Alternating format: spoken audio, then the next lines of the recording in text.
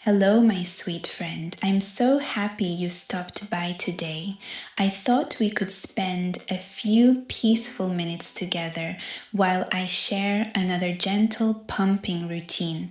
I hope this little moment helps you slow down and feel a bit more relaxed. I always begin by getting comfortable and making sure everything I need is close by.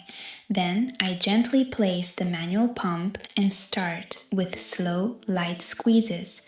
I don't rush or force anything. I simply listen to my body and let everything happen naturally. Once the milk begins to flow, I keep an easy, steady rhythm that feels comfortable. If I need a short break, I take one without worrying.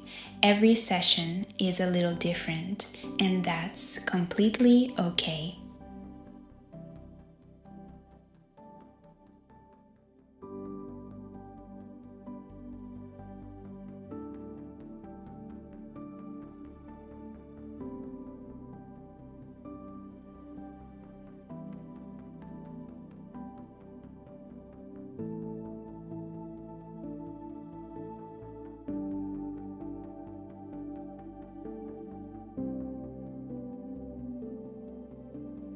When I'm finished, I carefully pour the milk into a clean container and store it safely.